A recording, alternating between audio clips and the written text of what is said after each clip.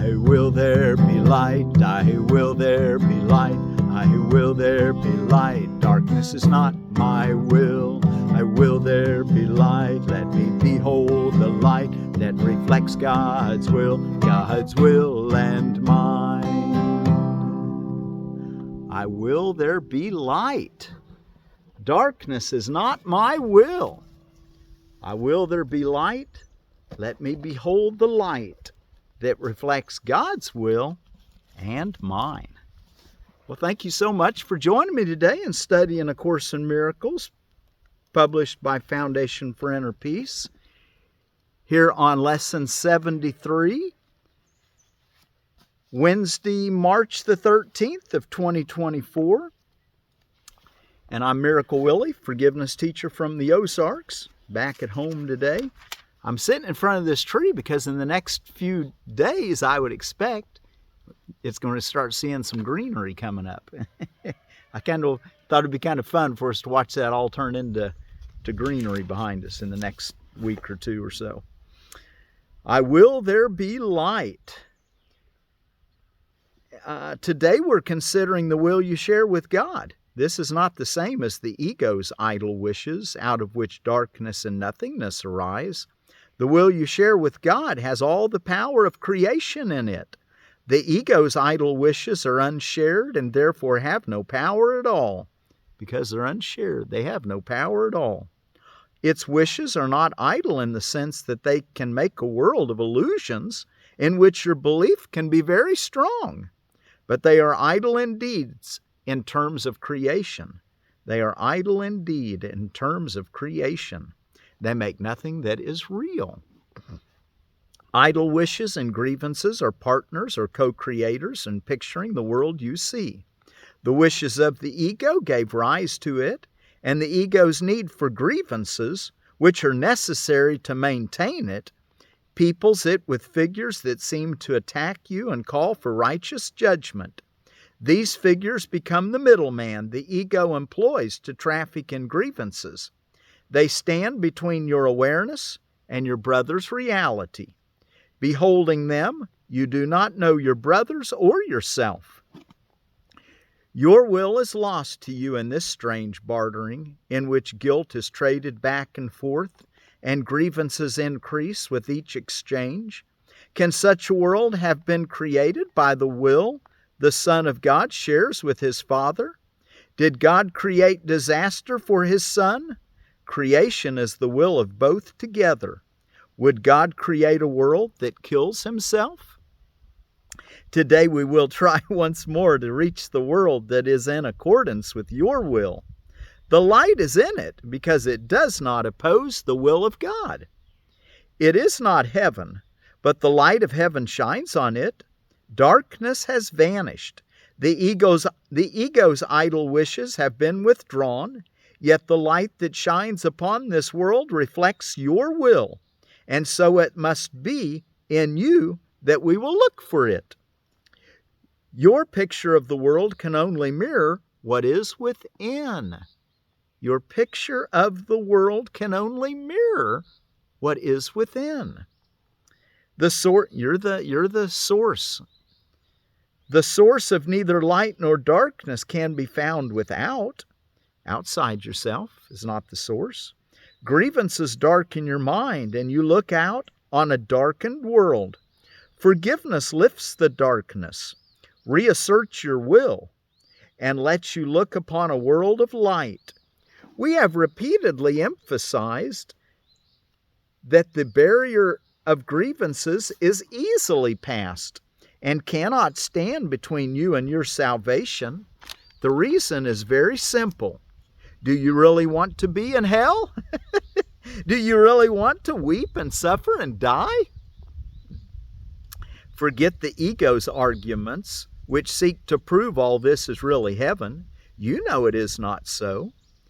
You cannot want this for yourself. There is a point beyond which illusions cannot go. Suffering is not happiness, and it is happiness you really want. Such is your will in truth, and so salvation is your will as well. You want to succeed in what you're trying to do today. We undertake it with your blessing and your glad accord. We will succeed today if you remember that you want salvation for yourself. Or you might think of it this way. We will succeed today if you remember that you want happiness for yourself. You want to accept God's plan because you share in it.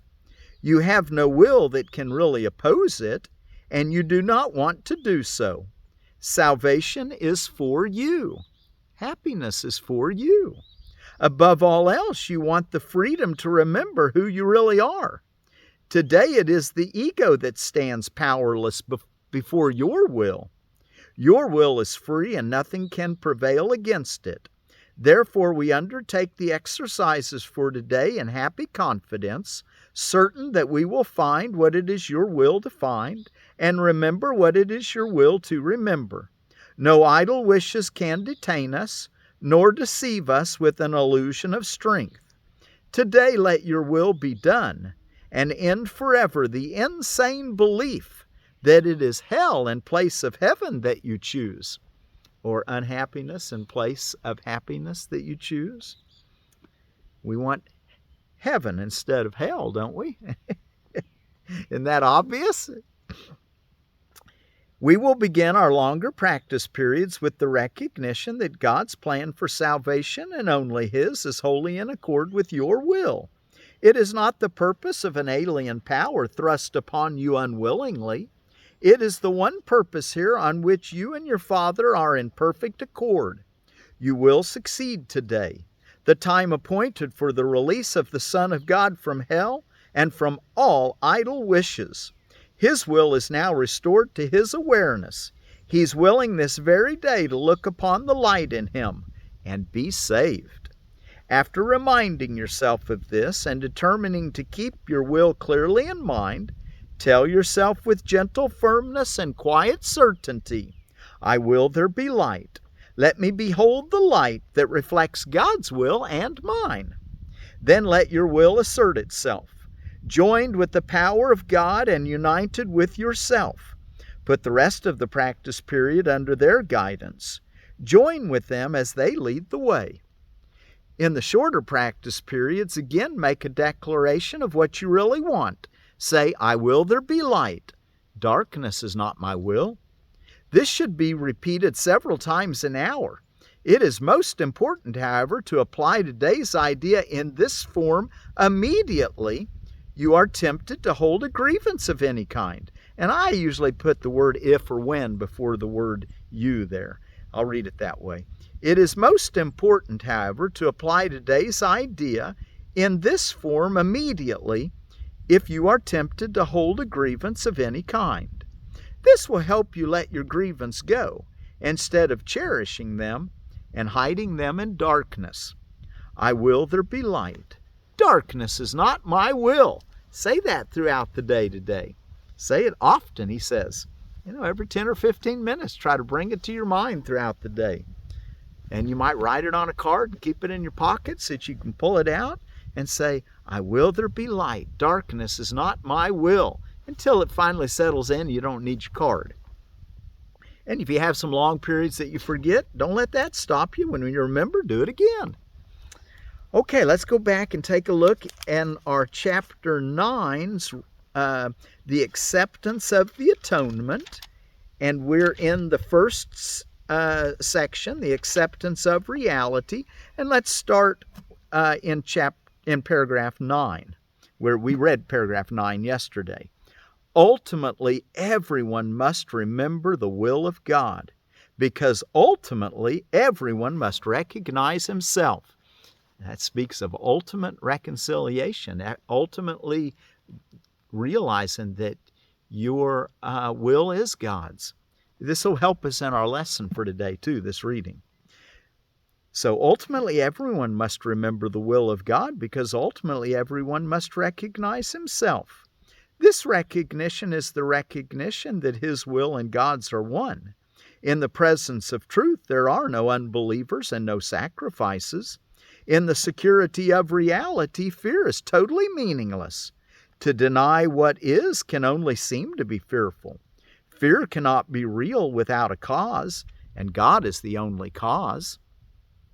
God is love, and you do want Him. This is your will. Ask for this, and you will be answered, because you will be asking only for what belongs to you. When you ask the Holy Spirit for what would hurt you, He cannot answer, because nothing can hurt you. And so you are asking for nothing. Anything times 0 is 0. So if you're asking for anything that would hurt you, God can't answer you, because nothing can hurt you. That's your reality. Any wish that stems from the ego is a wish for nothing, and to ask for it is not a request. It is merely a denial in the form of a request. The Holy Spirit is not concerned with form, being aware only of meaning. The ego cannot ask the Holy Spirit for anything, because there is complete communication failure between them. Yet you can ask for everything of the Holy Spirit, because your requests to Him are real. Your requests to Him are real, being of your right mind. Would the Holy Spirit deny the will of God? And could He fail to recognize it in His Son? Paragraph 11. You do not recognize the enormous waste of energy you expend in denying truth. What would you say of someone who persists in attempting the impossible, believing that to achieve it is to succeed? The belief that you must have the impossible in order to be happy is totally at variance with the principle of creation. God could not will that happiness depended on what you could never have. The fact that God is love does not require belief, but it does require acceptance. It is indeed possible for you to deny facts, although it is impossible for you to change them. If you hold your hands over your eyes, you will not see, because you are interfering with the laws of seeing. If you deny love, you will not know it, because your cooperation is the law of its being. You cannot change laws you did not make, and the laws of happiness were created for you, not by you. 11. Any attempt to deny what is must be fearful, and if the attempt is strong, it will induce panic. Willing against reality, though impossible, can be made into a very persistent goal, even though you do not want it. But consider the result of this strange decision. You are devoting your mind to what you do not want. How real can this devotion be if you do not want it? How real can this devotion be? If you do not want it, it was never created. If it were never created, it is nothing. Can you really devote yourself to nothing? God in His devotion to your paragraph 13. God in His devotion to you created you devoted to everything and gave you what you are devoted to. Otherwise, you would not have been created perfect. Reality is everything, and you have everything because you are real. You cannot make the unreal, because the absence of reality is fearful, and fear cannot be created. As long as you believe that fear is possible, you will not create. Opposing orders of reality make reality meaningless, and reality is meaning. And the last paragraph, 14.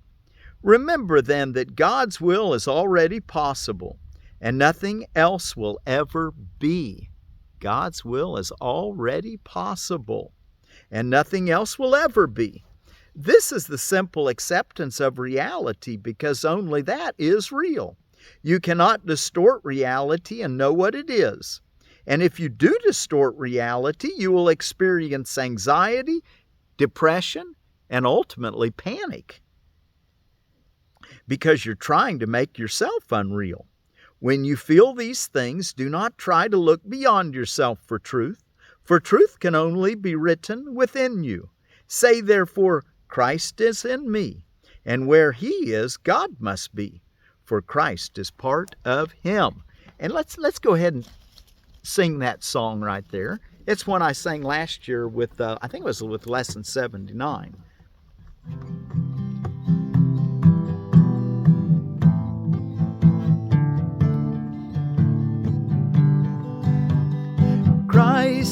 in me, and where He is, God must be, for Christ is part of Him. If you do distort reality, you will experience anxiety, depression, and ultimately panic, because you're trying to make yourself unreal. When you feel these things, do not try to look beyond yourself, for truth can only be within you. So say therefore, Christ is in me, and where He is, God must be, for Christ is part of Him. If you do distort reality, you will experience anxiety, depression, and ultimately panic, because you're trying to make yourself unreal. When you feel these things, do not try to look beyond yourself, for truth can only be within you, So say therefore, Christ is in me, and where He is, God must be, for Christ is part of Him.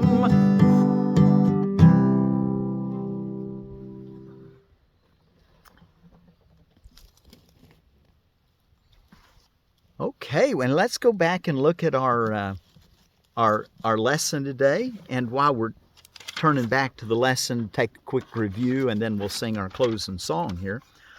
I will there be light. Darkness is not my will.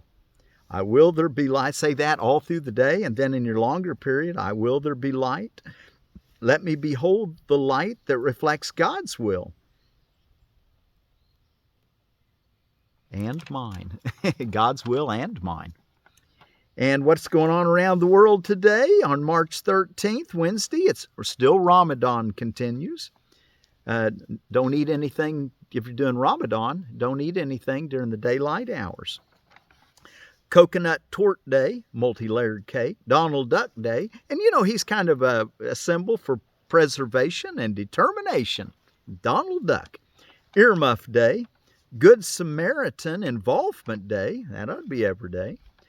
IVGR Awareness Day. Intrauterine Growth Restriction, where children in utero don't develop to their proper size. K9 Veterans Day for service dogs. Remember the service dogs. Ken Day. Ken Carson, the Barbie doll companion, was released by Mattel on this day in 1961. L. Ron Hubbard Day. He was born on this day in 1911 and lived to be till 1986. The founder of Scientology. A lot of good things in that teaching. I think Course in Miracles dives right in. Doesn't cost anything. National Jewel Day. National Open an Umbrella Indoors Day. Don't be superstitious. Smart and Sexy Day. Women can be both, and it can be a powerful combination. No Smoking Day. And I found this in a convenience store yesterday, and I took a picture of it. It said, federal court has ordered Philip Morris USA and R.J. Reynolds Tobacco to state Altria, R.J. Reynolds Tobacco, Lolliard, and Philip Morris USA intentionally designed cigarettes to make them more addictive.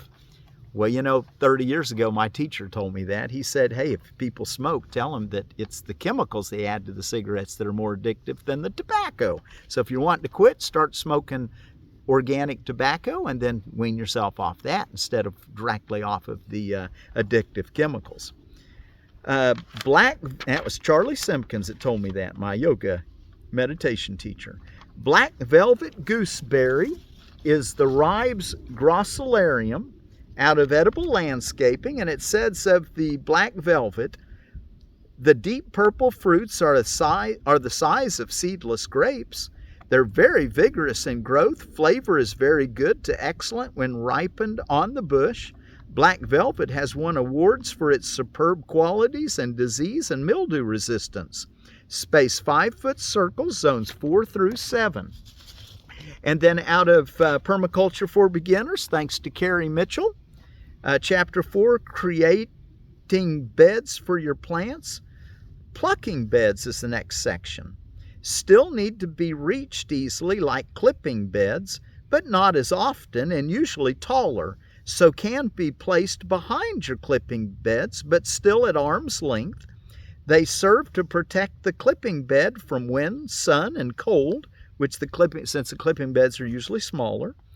And some things, not sure which plants she really recommended, she didn't say, but for clipping beds, I would expect small flowers like cosmoses, zinnias, dahlias. And plucking beds, maybe things she meant was things like beets, bok choy, and celery that you just pluck out of the ground when they're ripe. Okay, anyway, so plucking beds. And then our word for peace today is out of the Mohican language of New England. Of course, the New England colonists pushed them further west, and now they live in Wisconsin. And it's Anachemowegan. And I don't know if I'm pronouncing that properly. Anachemowegan. Okay, now let's go take a quick review, and then let's be sure to do your 2 10 or 15-minute longer practices today. And then throughout the day, every few minutes, remind yourself, I will there be light. Darkness is not my will. And he says in paragraph 9, we will begin our longer practice periods with the recognition that God's plan for salvation and only His is wholly in accord with your will. It is not the purpose of an alien power thrust upon you unwillingly. It is the one purpose here on which you and your Father are in perfect accord. You will succeed today. The time appointed for the release of the Son of God from hell and from all idle wishes. His will is now restored to His awareness. He is willing this very day to look upon the light in Him and be saved. After reminding yourself of this and determining to keep your will clearly in mind, tell yourself with gentle firmness and quiet certainty, I will there be light. Let me behold the light that reflects God's will and mine. Then let your will assert itself, joined with the power of God and united with yourself. Put the rest of the practice period under their guidance. Join with them as they lead the way. And then, of course, and goes on in the short. And you might need to read that paragraph 9 2 or 3 times to really let it, and then take it into the silence. And then after you've come into this place where you firmly told yourself, this quiet certainty, I will there be light, let me behold the light that reflects God's will and mine, then let your will assert itself. Joined with the power of God and united with yourself. Put the rest of the practice period under their guidance and join with them as they lead the way. And you might not think you got anything after you've sat quietly and still with an open mind and allowing God to fill it. But just knowing that you're sitting there, you're doing the work. So don't gauge whether or not your meditation's successful on whether or not you got a specific revelation right then. Like my teacher Charlie used to say, he said the revelations might come long after you've meditated, but they're a direct result of it.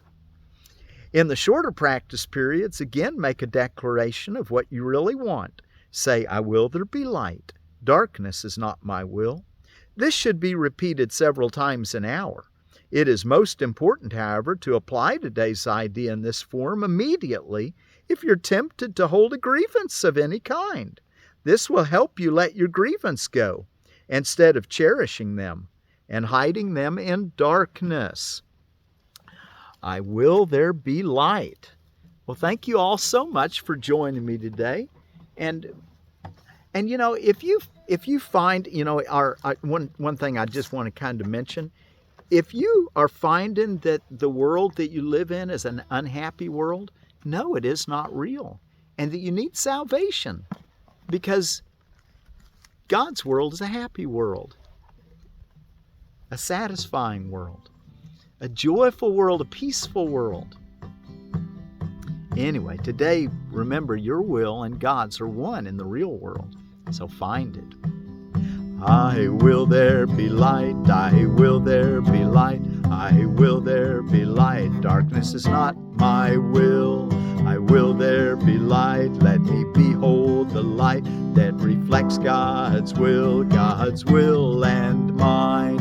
I will there be light, I will there be light, I will there be light. Darkness is not my will. I will there be light, let me behold the light that reflects God's will and mine. I will there be light, I will there be light, I will there be light. Darkness is not my will. I will there be light, let me behold the light that reflects God's will and mine. I will there be light, I will there be light, I will there be light. Darkness is not my will. Tell yourself that throughout the day. I will there be light. Darkness is not my will. And take into the longer practice period the idea, I will there be light. Let me behold the light that reflects God's will and mine. But you'll be able to read that and sit down with your book open, maybe read that paragraph 9 and then go into your longer meditation for 10 or 15 minutes. But throughout the day, put it on a card if you need to. I would encourage you to do it if you don't think you need to, because when you need it the most is probably when you'll forget it. That's the way the ego works with me anyway. I will there be light. Darkness is not my will. Anachemowegan. Anachemowegan. Atonement for peace. I will there be light. Darkness is not my will. Anachemowegan.